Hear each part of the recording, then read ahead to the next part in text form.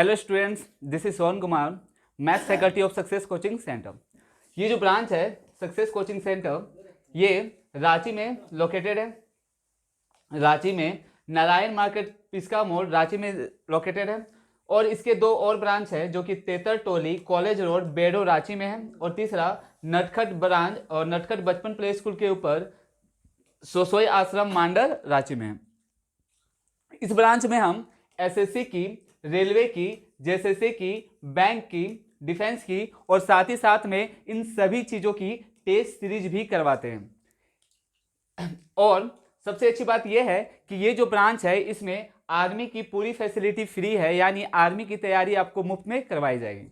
और साथ ही साथ में यहाँ पे लाइब्रेरी की भी फैसिलिटी दी गई है।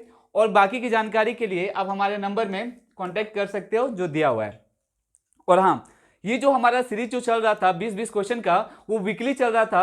अब ये जो सीरीज है रेगुलर बेसिस पे कर दिया गया है, यानी आपको हर दिन 20 क्वेश्चन मैथ के, रीजनिंग के, हिंदी के और जीके जीएस के मिलने वाले हैं। यानी 20-20 क्वेश्चन आपको रेगुलर तौर पर मिलेंगे। तो चलिए स्टार्ट करते हैं। एक मोटिवेशनल स्पीच है, चलिए देख लेते हैं। जिंदगी खेलती भी उसी के साथ है जो खिलाड़ी बेहतरीन होता है। दर्द सबके एक से हैं मगर हौसले सबके अलग अलग हैं। कोई हताश होकर बिखर जाता है तो कोई संघर्ष करके निखर जाता है। तो कहना यह है कि आप जितना आगे का सोचोगे उतना ही मेहनत करना पड़ेगा। और हाँ, मेहनत के दौरान आप पीछे नहीं हट सकते हो, क्योंकि कभी कभी ऐसा होता है कि आप मंजिल के पूरे करीब होते हो लेकिन कुछ कारणों से आप पीछे चले जाते हो, जिसकी वजह से पूरा जिंदगी का मेहनत खराब हो जाता है। तो बस मैं यही कहना चाहता हूं कि आप लगे रहिए, बाकी हम लोग पे छोड़ दीजिए। तो यहां पे मैं 20 क्वेश्चंस लेके आया हूं गणित का, मैथ का। तो चलिए स्टार्ट करते हैं।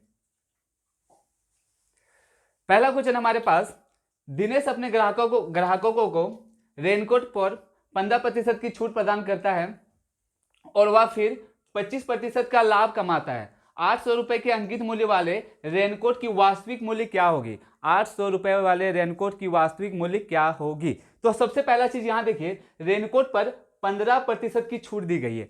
हम बोले कि आप यहां पे मल्टीप्लाइंग फैक्टर का यूज करें, यानी कोई चीज का दाम अगर 800 है, कोई चीज का दाम अगर 800 है, अगर 15% का छूट, 15% का मतलब आप देखिए कि 15% यानी 15 बटा कितना? 100, यानी 5 तिया 15, 5 बीसे 100।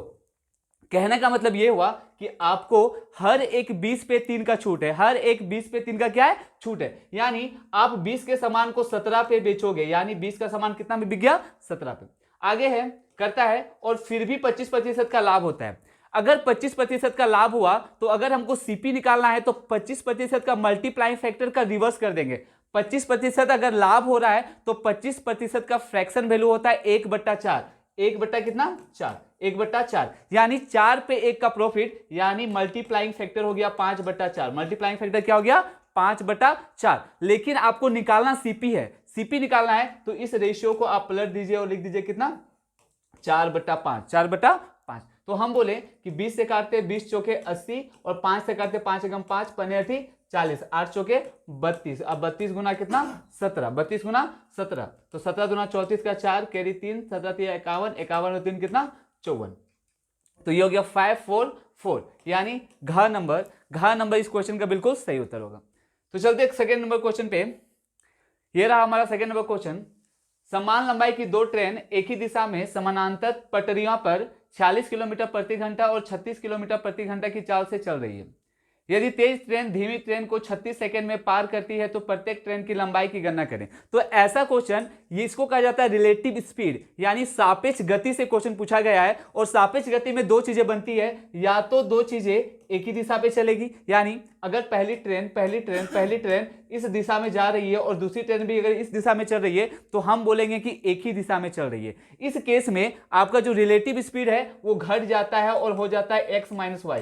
यानी अगर ये x किलोमीटर पर आवर से चल रहा था और ये चल रहा था y किलोमीटर पर आवर से, तो इसका सापेक्ष गति यानी रिलेटिव स्पीड हो जाएगा x - y kilometre per hour. और अगर एक दूसरे के विपरीत चल रहा है, यानी अगर एक ट्रेन इधर से आ रही है और एक ट्रेन इधर से आ रही है तो हम बोलेंगे वो विपरीत दिशा में आ रही है। और विपरीत दिशा में जब भी आती है तो हम बोले ए अगर इधर चल रही है और बी इस डायरेक्शन से आ रहा है, बी इस डायरेक्शन से जा रही है, तो इस केस में जो रिलेटिव स्पीड होगा, अगर ये x था ये y था, तो रिलेटिव स्पीड हो जाएगा x प्लस वाई।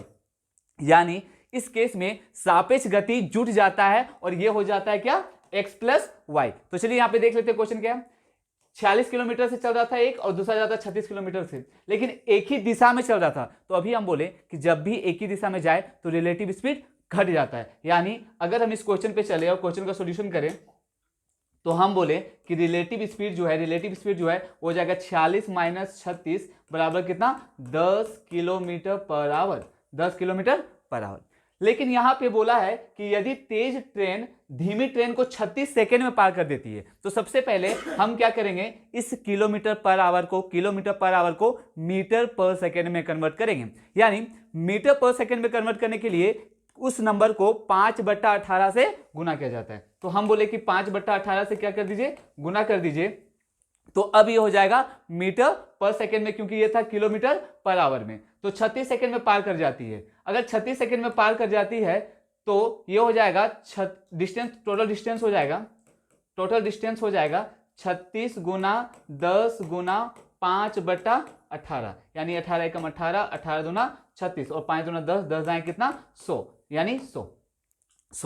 कहने का मतलब यह है कि टोटल डिस्टेंस 100 मीटर चलेगा। तो एक बात बताइए, अगर एक ट्रेन ऐसे चल रही है, मान लेते ए है, और दूसरी ट्रेन मान लेते हैं कि यहां से चल रही है, ये बी है। अगर ये ट्रेन बी ट्रेन ए को पार करेगी तो खुद इसका डिस्टेंस तो पार करना ही है और साथ ही साथ में उसको यहां पे आना पड़ेगा, यानी इसका डिस्टेंस भी पार होगा और इसका भी डिस्टेंस पार होगा। लेकिन हमारे हिसाब से दोनों ट्रेन की लंबाई बराबर है, तो हम बोले कि इसका और इसका टोटल डिस्टेंस यहां का आ रहा है 100 मीटर, तो हम बोले ये 50 मीटर का रहा होगा और ये भी कितना का रहा होगा, 50 मीटर। यानी ये हुआ कि प्रत्येक ट्रेन की लंबाई की गणना करें तो प्रत्येक ट्रेन की लंबाई हो जाएगी 50 मीटर। चलते अगले पे, क्वेश्चन नंबर 3। एक मूलधन 8% वार्षिक चक्रवृद्धि ब्याज की दर से वार्षिक चक्रवृद्धि आधार पर गणना किए जाने पर 3 वर्षों में इतना रुपए हो जाती है, तो मूलधन क्या है। तो हम बोले यहाँ पे रेट ऑफ इंटरेस्ट है 8% और टाइम आपका दिया हुआ है कितना, 3 साल, टाइम दिया हुआ है 3 साल। तो हम बोले 8% का फ्रैक्शन वैल्यू होता है 2/25, यानी 25 में 2 का प्रॉफिट। तो हम बोले कि ये हो जाएगा 27/25 एक साल के लिए, दूसरा का 27/25, तीसरा के लिए भी 27/25, और इसका मान दिया हुआ है 19683। तो जो आंसर होगा वो 25, 25 और 25, यानी 25, 25 से 625 और 625 25 जो भी होता है उसी का कोई मल्टीपल होगा। तो सबसे पहला चीज देखिए कि आप इसे ऑप्शन से भी कर सकते हो। यानी अगर मैं बोलूं क्या ये जो नंबर है वो 125 से कटने वाला नंबर होगा कि नहीं होगा, तो आप बोलोगे बिल्कुल होगा, 125 से कटने वाला नंबर होगा। तो 125 से वही नंबर करता है जिसका लास्ट का 3 डिजिट करता हो 125 से। तो सबसे पहला चीज है क्या 825 125 का टेबल में आता है, तो आप बोलोगे नहीं। क्यों? क्योंकि अगर हम 125 का टेबल 7 बार भी पढ़े तो ये हो जाएगा 725 6 150 से 175, यानी हो जाएगा कितना 875। कितना 875, 825 तो नहीं आएगा, यानी ये भी नहीं हो सकता, 826 तो होगा ही नहीं, 825 होगा ही नहीं, तो बचा एक ही ऑप्शन घ नंबर। तो घ नंबर आपका बिल्कुल सही उत्तर हो जाएगा, घ नंबर आपका बिल्कुल सही उत्तर हो जाएगा। तो अगर हम सॉल्व भी करना चाहे तो हम सॉल्व भी कर सकते हैं। चलिए देख लेते हैं। 9 तिया 27, 9 से 9 दूनी 18, 1 9 एकम 9, 7 9 अठी 72, 6 9 सते 63। फिर से करते हैं। 9 तिया 27, 9 से 9 दूनी 18, 3 9 चौके 36, 2 9 तिया 27। फिर 9 से करेंगे तो 9 तिया 27, 9 दूना 18, 6 9 सते 63। हम बोले 3 तिया 9 और 9 तिया 27, 3 एकम 3, 3 एकम 3, यानी 1 का मान 1 है। यानी कहने का मतलब है 1 का वैल्यू कितना है 1। अगर 1 का वैल्यू 1 है तो 25 25 को गुना करो 625, और इस 625 को हम 25 से अगर गुना कर देंगे तो सीधा आंसर आ जाएगा। तो 25 25 125 का 5 कैरी 12, 25 दूना 50, 12 62 का 2 हाथ बचा 6, 25 छक 150, 150 और 6 156, यानी आंसर होगा 15625, 15625, यानी घ नंबर इस क्वेश्चन का बिल्कुल सही उत्तर होगा। अगला क्वेश्चन है, मोहन और रमेश मिलकर एक काम को 6 दिनों में कर सकते हैं और मोहन अकेले उसे 10 दिनों में कर सकता है। रमेश उसी काम को कितने दिनों में कर सकता है? रमेश उसी काम को कितने दिनों में कर सकता है? तो देखिए, मोहन और रमेश मिलकर एक काम को 6 दिनों में कर सकते हैं और मोहन अकेला उस काम को 10 दिनों में कर सकता है, 10 दिनों में कर सकता है। तो इस तरह का क्वेश्चन बनाने का तरीका है कि आप काम जितना दिन में कर रहा है उसका एलसीएम ले लीजिए और वही टोटल काम मान लीजिए। तो हम बोले 6 और 10 का एलसीएम आ जाएगा 30, तो 6 बचे 30 और 10 दिया 30। तो ये इसका एफिशिएंसी आ जाता है। एफिशिएंसी कहने का मतलब ये इसका क्षमता है। तो हम बोले कि मोहन और राम का मिलकर क्षमता 5 है और मोहन का अकेला क्षमता कितना है? 3 का। तो आप बोलोगे कि राम का जो एफिशिएंसी है वो कितना हो जाएगा? 2 यूनिट। राम का एफिशिएंसी कितना हो जाएगा? 2 यूनिट। तो पूछा रमेश का। तो रमेश उसी काम को कितने दिनों में पूरा कर सकता है? तो रमेश उसी काम को कितने दिनों में पूरा कर सकता है? तो हम बोले काम था 30, वर्क कितना था? 30 और एफिशिएंसी कितना था? 2। तो हम बोले 15 दिन। कितना दिन? 15 दिन, यानी 15 दिन में काम खत्म हो जाएगी, यानी ख नंबर इस क्वेश्चन का बिल्कुल सही उत्तर है। अगला क्वेश्चन है, अनित एक कार्य को 77 दिनों में कर सकता है, राम उसी कार्य को 11 दिनों में कर सकता है। राम और अनित एक साथ कार्य शुरू करते हैं, लेकिन राम कार्य पूरा होने से 3 दिन पहले कार्य छोड़ देता है। दिनों की अनुमानित संख्या ज्ञात करें जिसमें कार्य पूरा हुआ हो। दिनों की अनुमानित संख्या, यानी दिन हमको फ्रैक्शन में नहीं लाना है, दिन कितने होंगे जो कंप्लीट दिन में होंगे वो लाना है, क्योंकि यहाँ पे लिखा हुआ है क्या? अनुमानित संख्या ज्ञात करें। तो हम बोले अनित 77 दिनों में करता है, राम उसी कार्य को 11 दिनों में करता है। अनित 77, राम 11 दिन में। तो हम बोल रहे हैं इसका एलसीएम होने वाला है 77, यानी हम काम मान लिए कितना? 77। तो 77 का टेबल में 77 एक बार में, 11 सते 77, यानी राम का एफिशिएंसी 7 है तो अनित का एफिशिएंसी कितना है? 1। अब क्या हुआ, राम और अनित एक साथ कार्य शुरू करते हैं, लेकिन राम जो है कार्य पूरा होने से 3 दिन पहले कार्य छोड़ देता है। राम जो है 3 दिन पहले कार्य छोड़ देता है, तो हम बोले कि उसको जब तक कार्य खत्म ना हो तब तक काम करवा दीजिए। यानी 3 दिन पहले छोड़ता है ना, तो हम 3 दिन का राम का काम ही बढ़ा देते हैं। यानी अगर राम 1 दिन में 7 काम करेगा तो राम 3 दिन में क्या 21 काम नहीं करेगा? क्या राम 3 दिन में राम 3 दिन में क्या 21 काम नहीं करेगा? तो हम बोले पहले हमारा था काम कितना? 77। अब हम 21 काम और ऐड कर देंगे तो ये टोटल वर्क हो जाएगा 77 प्लस 21। तो ये हो जाएगा 9 और 8, यानी टोटल काम कितना हो गया? 98।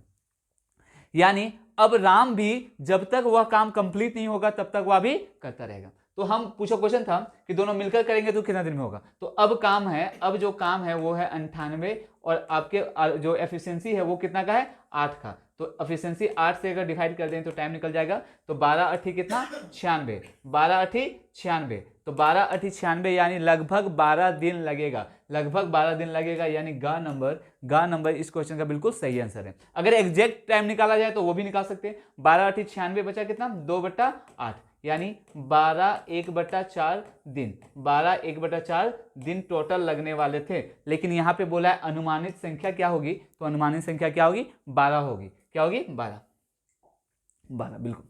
अगला क्वेश्चन है, यदि सामान 600 रुपए में खरीदा जाता है और उसका 5वां हिस्सा 20% की हानि पर बेचा जाता है, तो शेष को कितने प्रतिशत लाभ पर बेचा जाना चाहिए ताकि पूरे लेन देन में 30% का लाभ हो? पूरे लेन देन में कितना % का लाभ हो?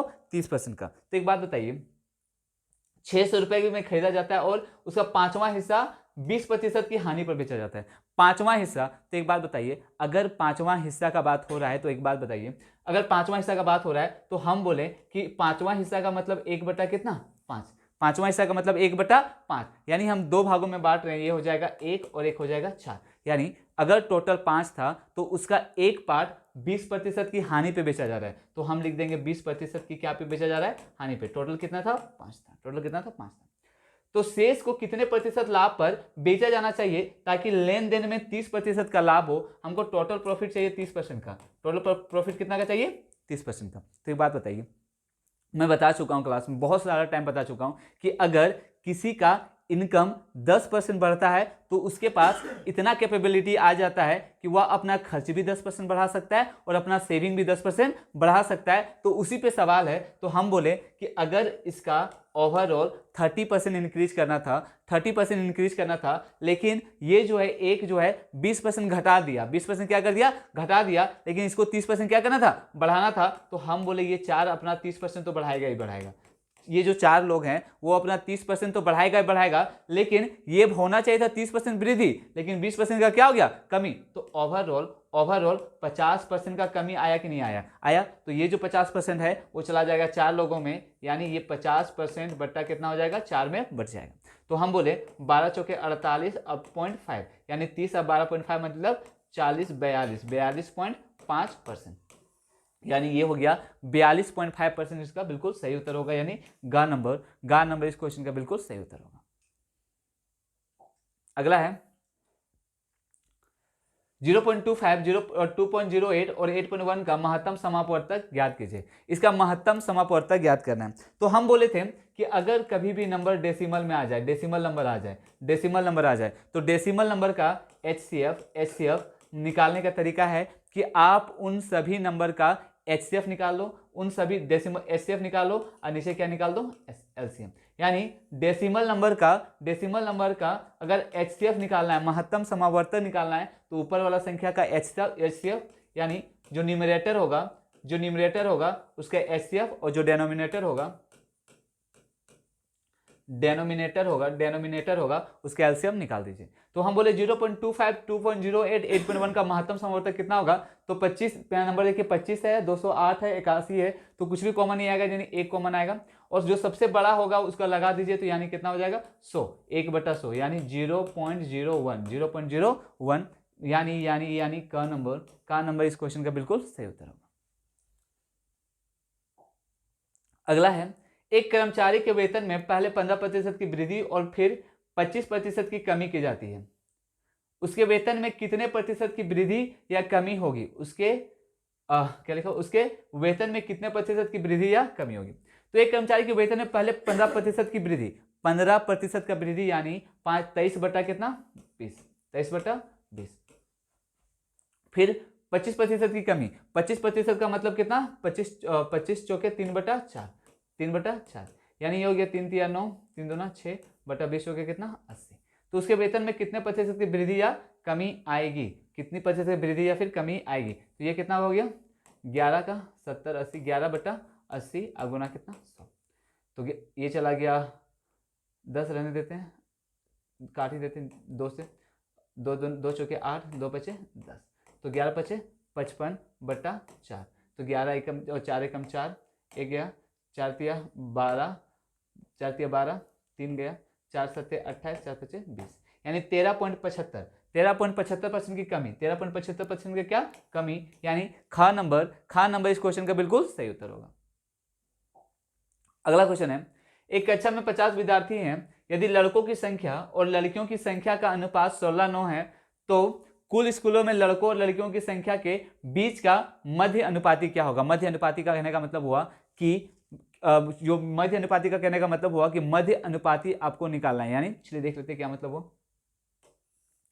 अगर हम बोले कि आपके पास 3 नंबर है, ए बी और सी, ए बी और क्या सी, अगर इसका मध्य अनुपाती पूछा जाए, यानी आपको निकालना है A/B = B/ क्या C, यानी ये जो फॉर्मेट हो जाता है वो हो जाता है B² = AC, यानी B = AC, B = क्या AC। याद रखिएगा कि जब भी मध्य अनुपाती निकालने के लिए बोला जाए, मध्य अनुपाती निकालने के लिए बोला जाए, तो हमेशा B √√ क्या होता है, AC होता है, √AC।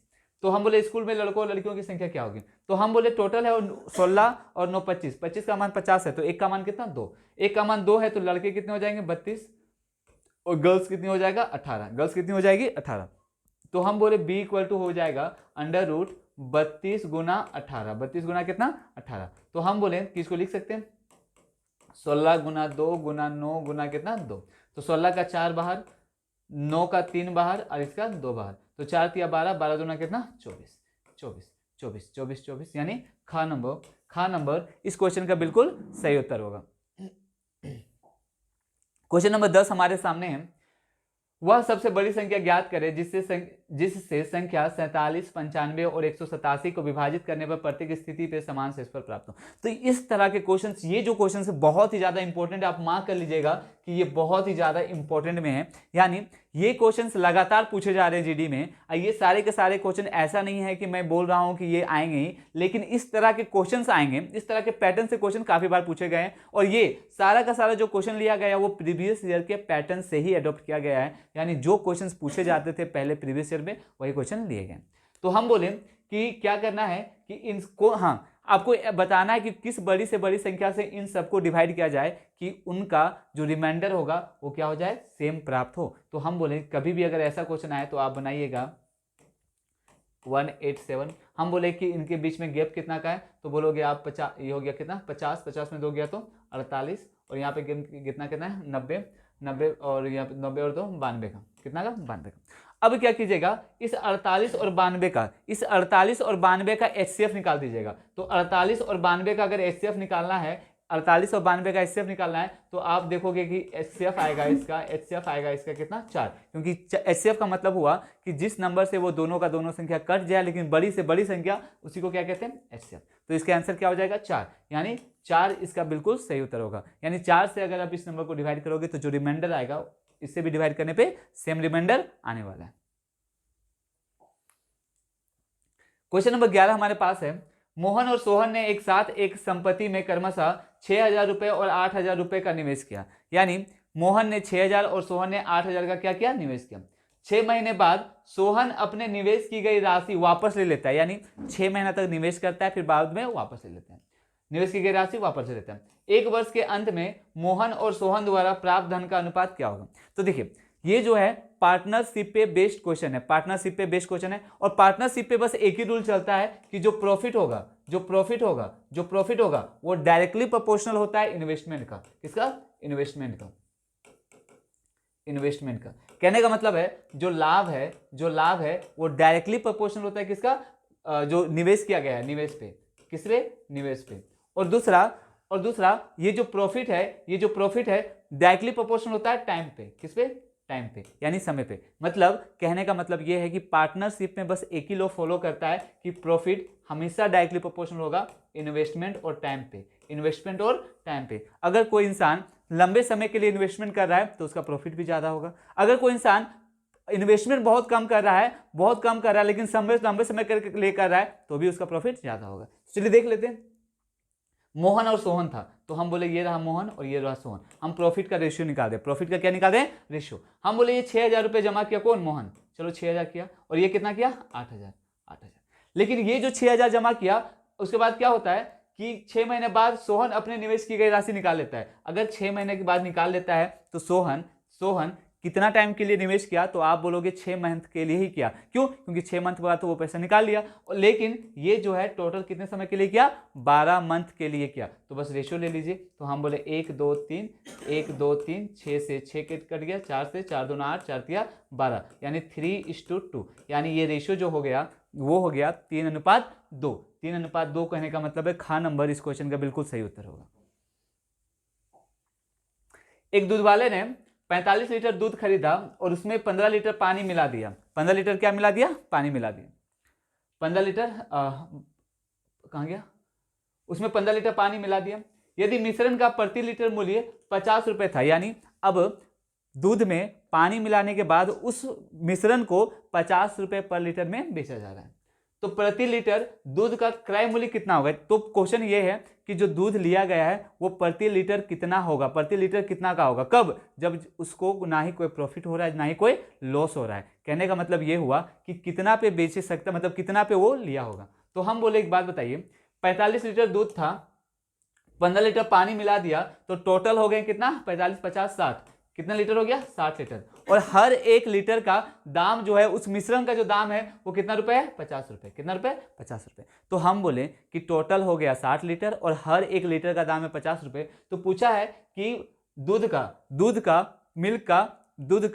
क्या पूछा है कि प्रति लीटर कितना पे खरीदा होगा। तो हम बोले हमारे हिसाब से दूध कितना था, 45 लीटर। बस इस 45 से आप इसको डिवाइड कर दीजिए, आपका निकल जाएगा कि पर केजी दूध का कितना कीमत है। तो हम बोले 5 9 45, 5 से 5 10 50, 3 3 9, 3 20 60, अब 20 है कितना 200 बटा कितना 3, और 200 बटा 3 मतलब सबको पता है 66, सही 2/3% होता है। यानी का नंबर इस क्वेश्चन का बिल्कुल सही उत्तर होगा। अगला क्वेश्चन हमारे पास है, ये जो क्वेश्चन है, एक गांव की जनसंख्या में पहले वर्ष में 5% की वृद्धि होती है और दूसरे वर्ष में 5% की 5% घट जाती है। दूसरे वर्ष के अंत में इसकी जनसंख्या 9975 यानी 9,975 रुपए थी।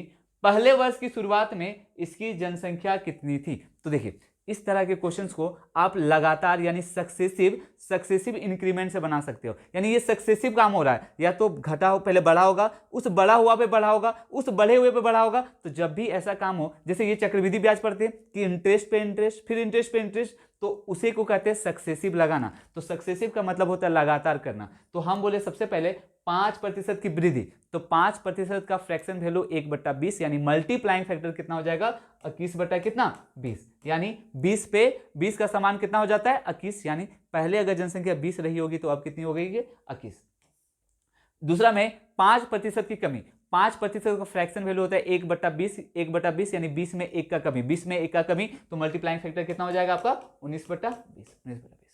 तो इसकी जनसंख्या इतना थी, तो इसका मान दिया हुआ है 9975। तो चलिए काटते हैं, 19 से कम 19, 19 पचे 95, 4 19 दूना 38, 9 19 पचे 95, 21 से 21 से कम 21, 21 दूना 42, 10 21 पचे 125 यानी 25। अब 2 दूना 4 यानी 4 25 से 100 यानी 100 आ गया और 2 जीरो और चिपक जाएगा, यानी ये जो नंबर है वो हो गया कितना 10,000। कहाँ गया 10,000, ऑप्शन ही नहीं है यहाँ पे घा नंबर यानी 10,000 इसका बिल्कुल सही उत्तर होगा। अच्छा अगला क्वेश्चन भी आ चुका है 14 नंबर, चलिए देख लेते हैं। विधि ने राधा को चक्रवृद्धि ब्याज पर 8,000 रुपए 2 वर्ष के लिए 5% वार्षिक की दर से वार्षिक चक्रवृद्धि आधार पर दी।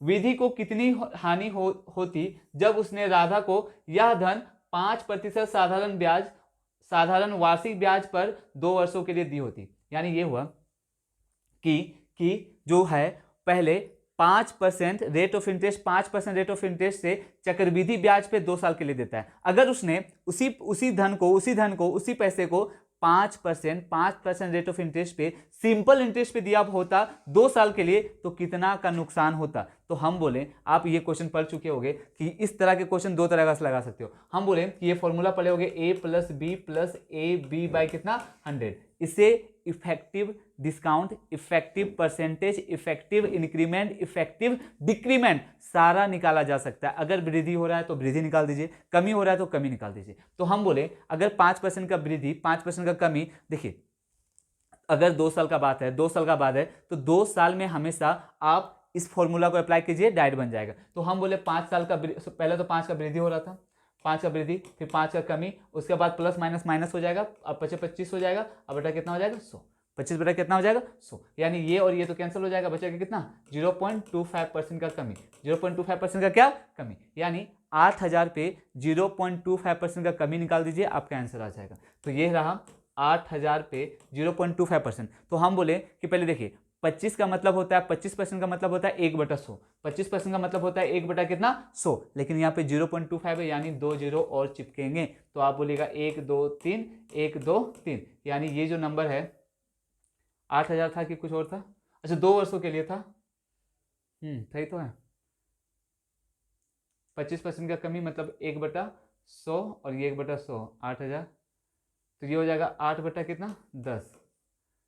तो क्या साधारण वार्षिक ब्याज पर 25 का मतलब 1/4, अच्छा 25 भी था ऊपर में, सॉरी, तो यहाँ 25 भी था, सॉरी भूल गए, हाँ 25 भी था, तो 5 से काट दीजिए, 5 × 5 = 25, 5 दूना 10, 2 एकम 2, 2 चौके 8, 2 चौके 8, एक सेकेंड, तो ये हो जाएगा 5 चौके कितना 20, यानी 5 चौके 20, 20 इसका बिल्कुल सही उत्तर होगा। 20 20 20 20 20 यहाँ पे 20 इसका बिल्कुल सही उत्तर होगा। यानी देखिए यहाँ पे इस क्वेश्चन को आप ऐसे भी लगा सकते थे, और अगर हम बोलें कि डायरेक्टली क्या कीजिए, तो जब भी ऐसा क्वेश्चन आए तो सीधा 0.25% कर दीजिएगा, 25 का मतलब 1/4 भी लिख सकते थे। यानी अगर कैलकुलेशन 8,000 पे 25 का मतलब 1/4 लगा देते हैं और 2 जीरो चिपका देते हैं, क्योंकि परसेंटेज बात था, तो 1 2 कट जाता, 4 एकम 4, 4 20 से 80, यानी आंसर कितना हो जाता 20। तो आप ऐसे भी क्वेश्चन को बना सकते हो डायरेक्टली। अगला है, क्या है, अच्छा हाँ ये क्वेश्चन है, क्वेश्चन मार्क किया हुआ है, चलिए ये क्वेश्चन, एक सेकेंड।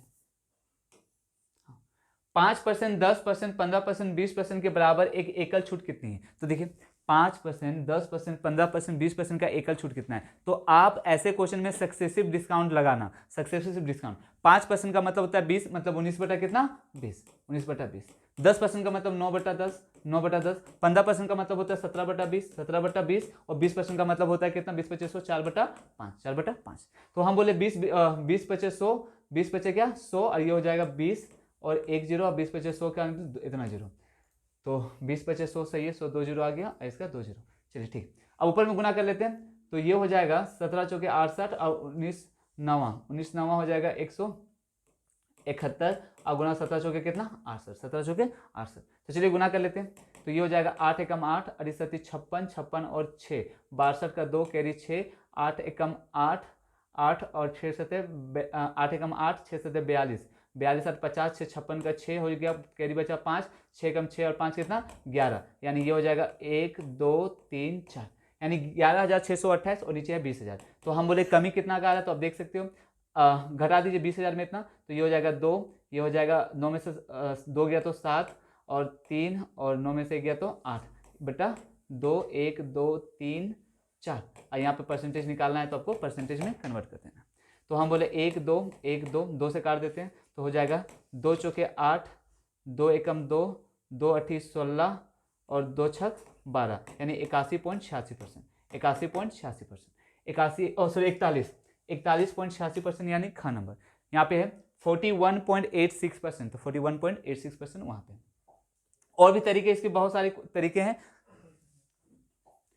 अगला है, यदि एक घनाभाकार बॉक्स की लंबाई, चौड़ाई और ऊंचाई क्रमशः 24 सेंटीमीटर, 16 सेंटीमीटर, 12 सेंटीमीटर है, तो बॉक्स का आयतन कितना होगा? तो आप लोगों को सबको पता है कि घनाभ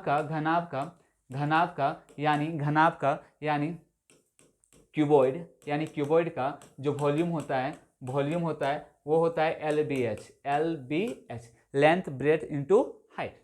तो हम बोले L हो गया 24, ये हो गया आपका 16 और ये हो गया 12। अब डिजिटल सम से भी सोल्व कर सकते हो, शायद ये 9 का मल्टीपल है तो 9 का मल्टीपल देख सकते हो, 6 3 9 ये तो नहीं होगा, 6 4 10 10 18 ये हो सकता है, 6 4 10 18 ये भी हो सकता है, और 6 3 9 4 2 6 ये नहीं हो सकता, यानी 2 पे फंस रहा है। तो चलिए इकाई अंक लगा देते हैं, 6 चौके 24, 4 दूना 8, लास्ट डिजिट कितना 8, यानी ग नंबर। इसका कैलकुलेशन करना जरूरी नहीं है, आप सीधा लगा सकते हो, आंसर हो जाएगा ग नंबर। अगला है, 7 सेंटीमीटर व्यास वाले एक अर्धगोले का संपूर्ण पृष्ठीय क्षेत्रफल ज्ञात करें। तो हम जानते हैं कि अर्धगोला कुछ इस तरह से होता है, और इसका संपूर्ण पृष्ठीय क्षेत्रफल होता है 3πr²। ये क्यों होता है मैं पढ़ा चुका हूं बहुत अच्छे से, तो चलिए बैठा देते हैं। 3 8 7 15 5 20। हाँ, यहाँ पे देखिए, अगर हम बोले कि कोई, देखिए यहाँ पे एक चीज और कर सकते हैं। सबसे पहला चीज ये कि एक बात बताइए, ये 7 सेंटीमीटर व्यास है, 7 सेंटीमीटर व्यास है, तो इसका जो रेडियस होगा वो 7 बटा क्या आने वाला है, 2 आने वाला है। बात को समझिएगा, 7 बटा 2 आने वाला है। अगर 7 बटा 2 आने वाला है तो एक चीज क्लियर हो गया कि पाई का मान होता है 22 बटा 7, और उस 22 में 11 का मल्टीपल है, उस 22 में क्या है 11 का मल्टीपल है। तो हम बोले या तो आप 11 का मल्टीपल चेक करके भी बना सकते हो, क्या ये 11 से कटेगा, बिल्कुल नहीं कटेगा, क्या ये 11 से कटेगा, बिल्कुल नहीं कटेगा, क्या ये 11 से कटेगा, ये कट सकता है, ये 11 से कटेगा, तो चलिए देख लेते हैं, 5 1 6, ये बिल्कुल, ये भी 11 से कटेगा। लेकिन यहाँ पे 3 का मल्टीपल भी है, यानी वो नंबर 3 से भी कटना चाहिए। क्या 77 3 से कटेगा, तो बिल्कुल नहीं कटेगा, तो एक ही ऑप्शन बचा ये, और ये 3 से भी कटेगा और 11 से भी कटेगा। यानी ऐसे क्वेश्चन आपको बनाने नहीं है, आप ऑप्शन से भी इस क्वेश्चन को कर सकते हो। सॉल्व करके दिखा देते हैं कि इसका आंसर क्या होगा। तो ये हो गया 22 बाय कितना 7, आर हो जाएगा 7/2, और ये भी हो जाएगा 7/2। 2 से 11 बार में चला गया, ये चला गया एक बार में, और ये हो गया कितना 7 या 21 गुना कितना 11, तो ये हो जाएगा 1 2 3 और ये 2 कितना 2, और ये डिवाइडेड बाय 2, तो ये हो जाएगा 2 एकम 2, 2 छक 12, सॉरी अच्छे से लिख देते हैं, 1 3 2 बटा 2, तो 2 एकम 2, 2 छक 12, एक गया 2 पचे 10, एक सेकेंड, अच्छा 2 कट गया था ना, सॉरी 2 एकम 2, 2 एकम 2, एक गया 2 पचे 10 और 2 पचे 10, यानी 115.5। देखिए 115.5, यानी कहने का मतलब बस इतना है कि अगर इस तरह का क्वेश्चन आए और आपको समझ में आ रहा है कि मैंने आपको डिजिटल सम पढ़ाया है, मैंने आपको यूनिटी मेथड पढ़ाया है, लास्ट 2 डिजिट पढ़ाया, अप्रोक्सीमेशन पढ़ाया, तो उस तरह के क्वेश्चंस में लगा के आप तुरंत आंसर बता सकते हो बिना सॉल्यूशन किए। आगे है 30 पुरुषों की औसत आयु 25 वर्ष है, उनके साथ 30 वर्ष की औसत आयु के 5 नए पुरुष शामिल हुए। सभी पुरुषों की औसत आयु एक साथ ज्ञात कीजिए। सभी पुरुषों का औसत आयु ज्ञात करना है। तो इस तरह के क्वेश्चंस का भी बहुत अच्छा तरीका है। 30 पुरुषों का एवरेज कितना है? 25। 5 लोग और आए, 5 लोग और आए, 5 लोग और आए नए पुरुष, 30 वर्ष की औसत आयु के 5 नए पुरुष आए, तो 5 नए पुरुष आए, एवरेज कितना है? 30। एवरेज कितना है? 30। तो हम बोले एक बात बताइए, अगर 25 दे दें उसके बाद बचेगा कितना? तो 5 एक्स्ट्रा आ रहा है, 5 एक्स्ट्रा आ रहा है, तो हम बोले देखो 30 लोगों का भी एवरेज 25 था, इन 5 लोगों का एवरेज भी कितना है? 25। लेकिन ये जो 5 लोग हैं वो एक्स्ट्रा कितना कितना लेकर आ रहे हैं? 5 5 5 लेकर आ रहे हैं, यानी 25 तो होगा ही होगा, 25 तो होगा ही होगा, लेकिन 5 25 25 एक्स्ट्रा है, 5 25 25 एक्स्ट्रा है, और वो बटेगा कितना में? 30 + 5 35 लोगों में। तो ये हो जाएगा 5 25 25 5 7 35, यानी 25 5/7 इसका आंसर हो जाएगा, यानी खा नंबर आप इसका आंसर करोगे। अगला है, एक वस्तु को 900 रुपये में बेचने पर अर्जित लाभ उसी वस्तु को 450 रुपये में बेचने पर हुई हानि का 2 गुना है। देखिए इस तरह के क्वेश्चन ट्रिकी होते हैं, बस समझना रहता है, बेसिक समझोगे तो इस तरह के क्वेश्चन बन जाएंगे, क्योंकि ऐसे क्वेश्चन ही एग्जाम में पूछे जाते हैं। ऐसा नहीं है कि आपको पूछ लिया जाएगा कि इसका 20% बता दीजिए, इसका 10% बता दीजिए, तो पूछा जाता है, बट बेसिकली आप इस तरह के क्वेश्चन छोड़ना मत, बहुत ईजी होते हैं, समझने की क्वेश्चन है। तो देख लेते हैं, एक वस्तु को 900 रुपये में बेचने पर अर्जित लाभ उसी वस्तु को 450 रुपये में बेचने पर हुई हानि की 2 गुनी है। हुई हानि की क्या है? 2 गुनी है। तो पूछा है 25% लाभ कमाने के लिए उस वस्तु को किस मूल्य पर बेचा जाना चाहिए। यानी ये हुआ कि अगर हम कोई चीज को बेच रहे हैं किसी मूल्य पे, और अगर किसी उसी सामान को किसी दूसरे मूल्य पर बेच रहे हैं, तो शुरुआत में उसमें पहले जब मतलब सेकंड में बेचने पे जितना का लॉस होगा उसका डबल प्रॉफिट हो रहा था उस समय पे। कहने का मतलब ये है कि अगर हम 900 पे बेच रहे हैं और ये 450 पे बेच रहे हैं, तो यहाँ पे 900 में बेचने पे आपको 450 में बेचने पे जितना हानि होगा उसका डबल प्रॉफिट हो रहा है। कितना प्रॉफिट हो रहा है? डबल। तो हम बोले कि अगर डबल प्रॉफिट हो रहा है तो यहाँ एक लाइन खींच दीजिए और यहाँ रेशियो बना दीजिए 2:1 का। 2:1 कहने का मतलब है अगर 1 का लॉस हो रहा है तो यहाँ पे 2 का प्रॉफिट होगा, 1 का लॉस हो रहा है तो 2 का क्या होगा? प्रॉफिट होगा। लेकिन कहां से? इस पॉइंट से। तो हमारे हिसाब से गैप कितना का है? तो आप बता दोगे ये 500 हो गया, 400, यानी 450 का गैप है, 450 का। और हमारे हिसाब से ये बट कितना पे रहा है? 2:3 पे, 2:1 पे। तो 3 का मान अगर 450 है तो 1 का मान बता सकते हो, तो ये हो जाएगा 150। 1 का मान कितना हो जाएगा? 150। तो बताइए इस पॉइंट पे उसका वैल्यू कितना होना चाहिए? अगर 1 का मान 150 है, 1 का मान 150 है, या तो यहां से 150 जोड़ दीजिए, या तो यहां से 150 दूना 300 घटा दीजिए, तो ये कितना आ जाएगा? 600। कितना आ जाएगा? 600। यानी उस सामान का दाम था 600। 600 को अगर 900 पे बेचोगे तो जितना का उसका डबल प्रॉफिट होगा जितना 450 से बेचने पे घाटा होगा। तो क्वेश्चन है कि 600 पे आपको प्रॉफिट चाहिए 25% का। 25% का मल्टीप्लाइंग फैक्टर होता है, आप लोगों को पढ़ा चुका है, 5 बटा कितना? 4। तो ये 4 एकम 4, 15 चौके 7, 15 पचे 75, यानी ये हो जाएगा वैल्यू कितना? 750। यानी 750 रुपए का नंबर इस क्वेश्चन का बिल्कुल सही उत्तर होगा। अगला क्वेश्चन है, एक कार 51 किलोमीटर प्रति घंटा की एक समान चाल से चल रही है। 10:40 AM से 1 PM तक कार द्वारा तय की गई दूरी क्या होगी? तो एक बात बताइए, अगर 51 किलोमीटर पर आवर से चल रही है, 51 किलोमीटर पर आवर से चल रही है और 10:40 में शुरू होती है, 1 बजे पहुंच जाती है, तो एक बात बताइए कि गैप कितना का हुआ? तो हम चलो 11 बजा दिए, 11 के बाद 12 1 2 घंटा, 2 घंटा में कितना चलेगा आप ही बताओ? 51 किलोमीटर पर आवर से चल रहा था, 2 घंटा लगेगा, तो आप बोलोगे ये चल जाएगा कितना? 5 दूना 10, यानी 102 किलोमीटर। 102 किलोमीटर। लेकिन क्या ये 11 बजे स्टार्ट हुआ था? नहीं ना, 20 मिनट और चला होगा, 20 मिनट और चला होगा। तो हम बोले यहाँ ऐड हो जाएगा 51 गुना 20 मिनट, इसको घंटे में बदलेंगे तो 60 से क्या हो जाएगा? डिवाइड, यानी 20 तिया 60, यानी 1/3, 3 एकम 3, 17 तिया 51, यानी 102 + 17 यानी 119, यानी 119 किलोमीटर चला होगा, यानी 119 किलोमीटर चला होगा। तो ये हमारा लास्ट क्वेश्चन था, और मैं फिर से कह रहा हूं कि आप इस चैनल को सब्सक्राइब कर लीजिए ताकि आप इस तरह के तरीके सीखोगे कि कैसे क्वेश्चंस को लगाना है एग्जाम में। ये जरूरी नहीं है कि आप कैसे क्वेश्चन को लगाते हो, मतलब कि आपका अप्रोच क्या है। एग्जाम निकालने का एक ही अप्रोच है, टाइम बचाइए और अच्छे अप्रोच को लगाइए। थैंक यू, मिलते हैं अगले सेशन पे।